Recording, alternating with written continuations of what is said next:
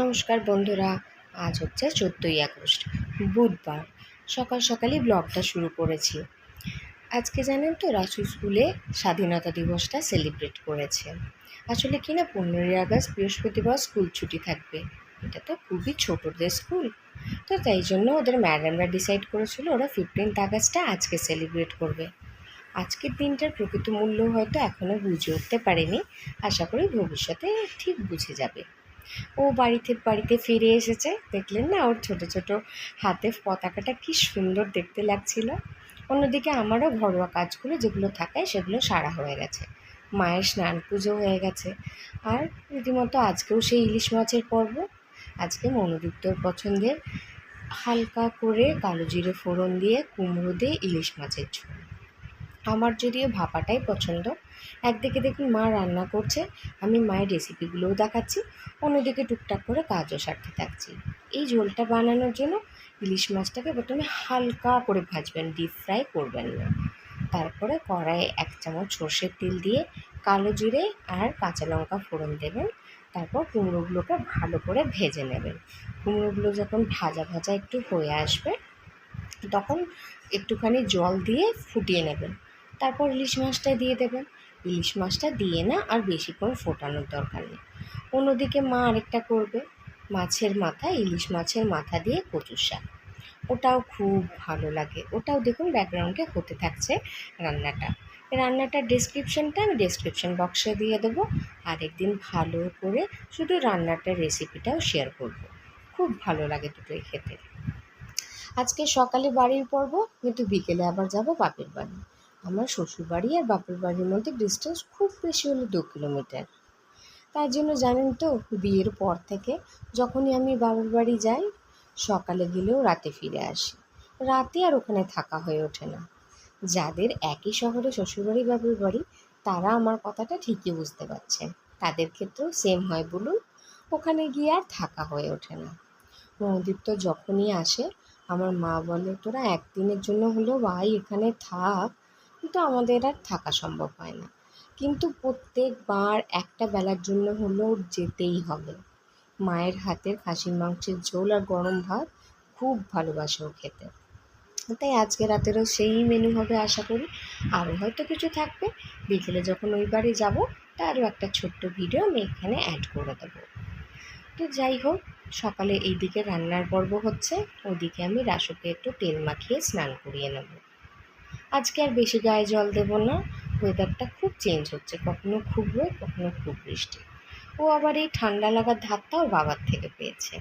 আমার হাজব্যান্ডেরও জানেন তো, একটু বৃষ্টিতে ভিজলো কি একটু রোদে বেশি ঘামালো, তাহলেই বুকে সর্দি বসে যায়। তো যাই হোক, এদিকে ঘরের কাজের পর্ব শেষ। রান্নার মধ্যে রান্নার পদে আজকে থাকবে ইলিশ মাছের কুমড়ো দিয়ে ঝোল। অনেকে বেগুনও দিতে পারেন, কিন্তু যেহেতু বেগুন খেলে অনেকের গলা চুলকায়, তাই জন্য আমরা বেগুনটা দিই না। মাছের মাথা দিয়ে প্রচুর শাক ভাজা, উচ্ছে কুমড়ো তিতা বটি, রাসুর জন্য তৈরি করা সব সবজি দিয়ে ডাল। আর আমাদের বাড়ির খুব সামনে একটা দোকান আছে জানেন, যেখানে মিষ্টি দই এই শহরের সব থেকে ফেমাস। কোনো দিন গেলে ওই মিষ্টির দোকানটারও দেখাবো, কত রকমের ভ্যারিয়েশনের মিষ্টি। সেই দোকানের মিষ্টির দই এনেছে বাবা কাল। তো সেই পর্ব, খাওয়া দাওয়ার পর্ব শেষ হতে না হতেই বিকেলে যাওয়ার পর্ব। যাই হোক, বিকেলে ওই বাড়ি যাব। জানেন তো, যখন ওই বাড়ি থেকে এই বাড়ি এসেছিলাম, মনটা খুব খারাপ হয়েছিল। বুঝতেই পারিনি একদিনে 25 বছরের ফেলে আসা কতগুলো স্মৃতি, কত ভালো লাগা, কত খারাপ লাগা। সেই ছোট্টবেলায় ছোট্ট থেকে তিল থেকে তালের মতো বড় হয়ে ওঠা, এক ঝটকায় যেন সব কিছু ছেড়ে চলে আসে। আমি বলে নয়, প্রত্যেকটা মেয়ের জীবনেই এটা আসে, এবং এটা সহজ নয়। কিন্তু হ্যাঁ, যখন আপনি একটা নতুন বাড়িতে আসবেন এবং ওই বাড়ির মানুষগুলো যখন আপনাকে খুব আপন করে নেবে, যখন আপনার প্রতি পর ভাব দেখাবে না, অনেক বেশি নিজস্বতা দেখাবে, তখন থাকতে থাকতে ভুলেই যাবেন কোনটা আপনার বাড়ি আর কোনটা আপনার বাড়ি ছিল। যেমন দেখুন, আমার ক্ষেত্রেও তাই হয়েছে। এখন ওই বাড়ি গেলেও কখন এখানে এসে বাকি কত কাজ পড়ে আছে সেগুলো মাথার মধ্যে ঘুরতে থাকে। বাপের বাড়িতে আমার আছে বলতে আমার ভাই, আমার বাবা আর আমার মা। আমার দিদি আমার থেকে বয়সে একটু বড়, ওর আমার আগেই বিয়ে হয়ে গেছে, তাই ও যথারীতি শ্বশুর বাড়িতে। আমার বাবার বাড়িটা একটু বেশিই সাজানো গোছানো। বিয়ের আগে আমি নিজে হাতে একটা একটা করে জিনিস সাজিয়েছি। ঘরের জানলা, জানলার রং, দেওয়ালের রঙের সঙ্গে ম্যাচিং করে পর্দার রং, প্রত্যেকটি জিনিস আমি আমার নিজের ভালোবাসার মতো করে সাজিয়েছিলাম। যাই হোক, এখন এই বাড়িটাও সাজাচ্ছি আস্তে আস্তে। ঢুকতেই দেখালাম ওটা ছিল ডাইনিং হল কাম ড্রয়িং রুম। এটা হচ্ছে আমার ভাইয়ের রুম। ভাইয়ের বেডরুমে দেখুন একটা রয়েছে বড় মতো অ্যাকোরিয়াম। ওর আবার একটু পছন্দের সমস্ত সাজানো গোছানো, ওই কিনেছে, ওই মেনটেন করে। আমি তো পারবও না, আমার খুব একটা পছন্দও হয় না ঘরের মধ্যে এইসব রাখতে। ও পছন্দ করে। আর এটা হচ্ছে একটা বড় মতো ব্যালকনি, এটা কাভার দেওয়া আছে জানেন তো, বৃষ্টির দিনে কাপড় টাপড় মেলতে যাতে অসুবিধা না হয় সেই জন্য। এটা হচ্ছে ওর বেডরুম, ওরই পছন্দের জিনিসগুলো আছে। একটা ছোট্ট করে হোম ট্যুর এখানে অ্যাড করে দিলাম।